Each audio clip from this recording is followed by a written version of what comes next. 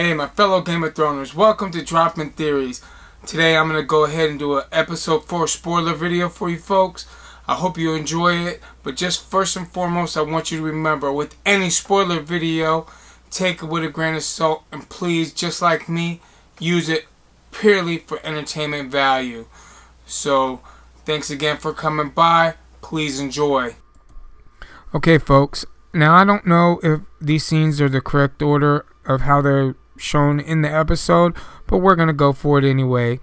So it looks like we're going to start off with Jaime and Bronn going over the gold and the loot from Highgarden.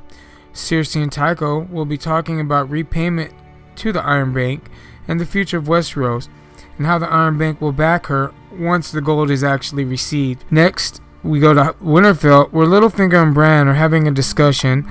Littlefinger gives Bran the cat's paw dagger.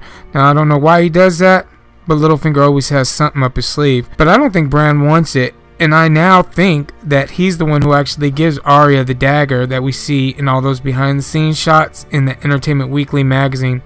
Just my opinion. Next, we get the scene between Meera and Bran, where Meera says goodbye.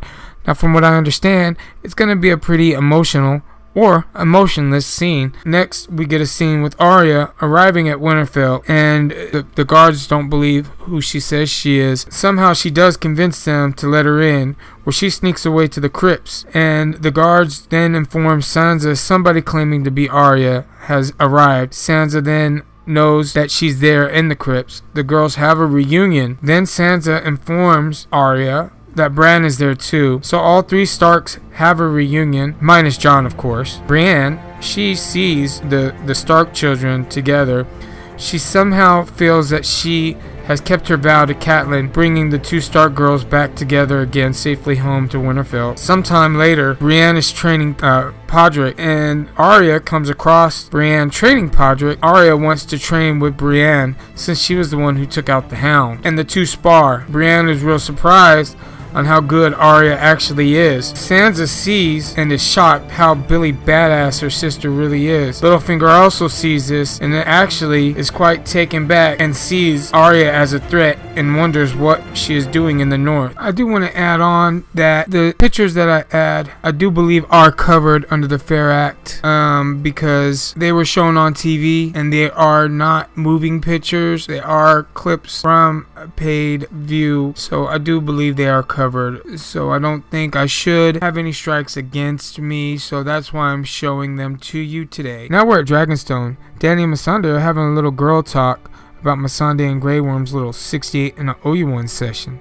But before any real girl talk can happen, they're interrupted by Jon Snow.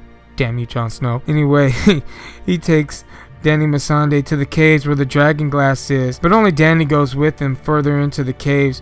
This is where they find the markings and drawings by the children of the forest. Dany's impressed on the age and how old they are and how long they've been there. Jon takes her deeper into the cave, shows her another painting. This painting shows where the children of the forest, alongside the first men, are fighting against the White Walkers, and in the background you can see the Night King also. This is where you get a speech by Jon Snow talking about they need each other. They've been fighting with each other, or fighting alongside each other, for generations against the others. Dany, seeing this for herself, she agrees to help Jon Snow, only when he bends at the knee. I don't think Jon agrees to this, but who knows. Next scene we get is them two emerging. So now that I think about it, I wonder if they'll flash back later. Maybe he does bend at the knee and they'll flash back to it later. Ooh, grab your tinfoil. Maybe that's another video.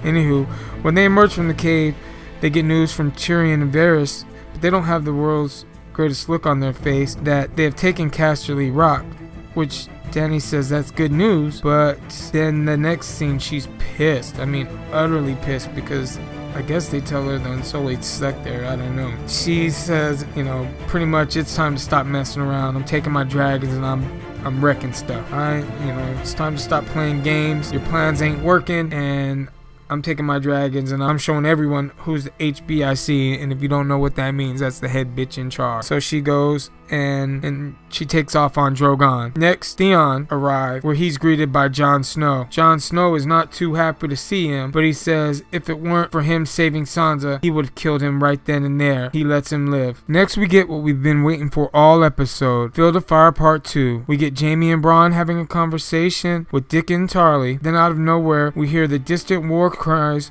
of the Dothraki. They surprise Jaime and company. The Dothraki charge the Lannister and Tarly soldier. Then Jaime and Bronn are looking up in the sky and see Dany riding on the back of Drogon. Let the massacre begin. Dracarys. I hope I said that right. Then, sometime during the battle, Jaime tells Bronn to man the Scorpion. Looks like they've given Qyburn's weapon a name. Bronn shoots at Drogon. He misses. Next, they show him shooting Drogon and wounding him, enough to make him land. Drogon is pissed at this time, and he destroys the Scorpion. Jaime sees Drogon land. He picks up a lance, and he charges after Dany or Drogon or both. Tyrion appears, and he tells Jaime to flee. I'm sure Jaime doesn't hear this, but Jaime charges after Dany and Drogon, and before Drogon can blow fire at Jaime, Bronn tackles him and the fire goes over both their heads and they land in the water. From what I'm understanding, this is the final scene of the episode as the fire goes over their heads. So if this is the end of the episode, this is going to be crazy. Can't wait. I cannot wait to see this, because this is going to be the badass battle the way it's described. So I just want to thank you guys for joining me today. Can't wait to see how true this is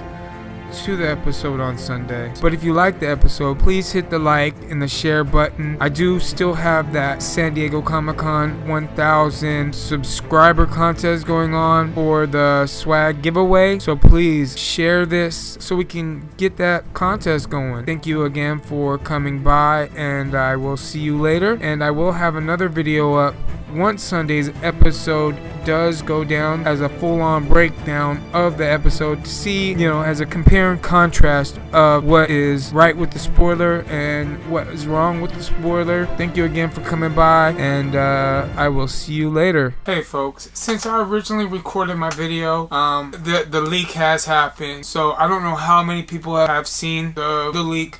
I have not watched it yet, and I will not watch it. I will be watching the episode on Sunday. The spoiler that I've had for a few days. This spoiler was supposed to come out a few days ago, but unfortunately, I was having issues with getting the audio done. Any of the spoiler did not come from the leaked video. So I just wanted to let you guys know that, okay?